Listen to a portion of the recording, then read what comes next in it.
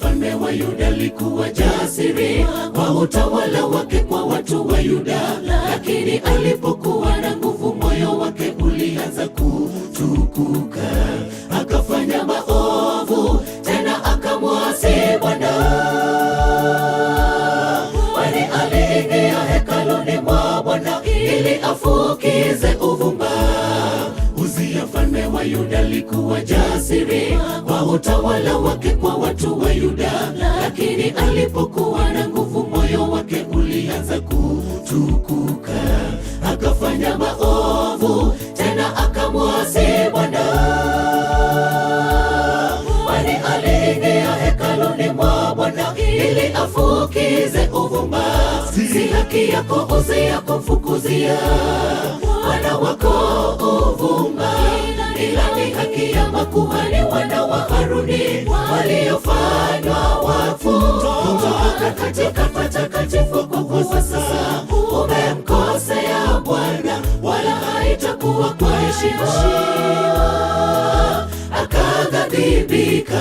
Si haki yako Uzia kumfukuzia Bwana wako uvumba, ila ni haki ya makuhani wana wa Haruni waliofanywa wakfu kutoka katika patakatifu. Kwa kuwa sasa umemkosea Bwana, wala haitakuwa kwa heshima,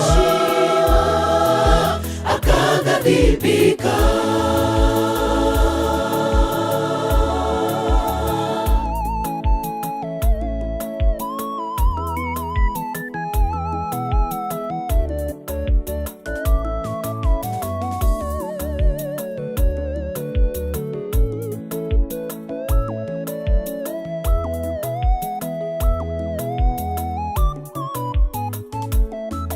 Nasi leo ni kama Uzia, we Mkristo, mbona tujigambe tujipige kifua? Ghadhabu ya Mungu itawaangukia. Shusha kiburi, tubu dhambi zako upate wokovu, tena uingie zizini.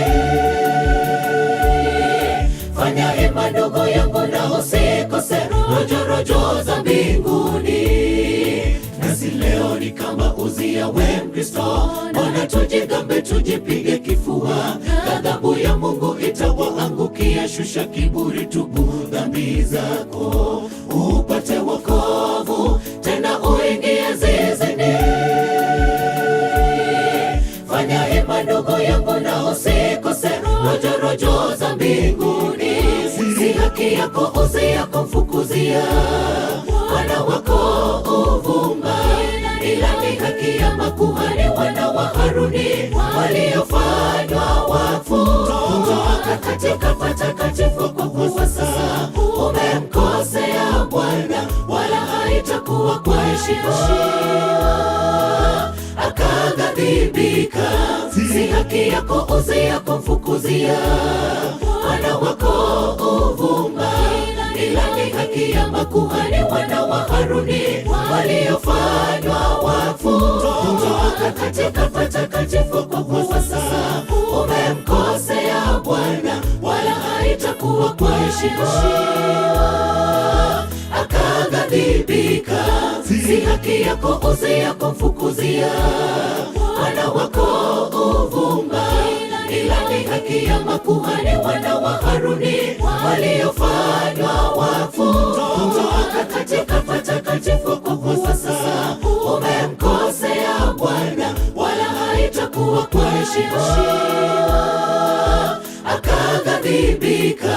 Si haki yako Uzia kumfukuzia Bwana wako uvumba, ila ni haki ya makuhani wana wa Haruni waliofanywa wakfu kutoka katika patakatifu. Kwa kuwa sasa umemkosea Bwana, wala haitakuwa kwa heshima,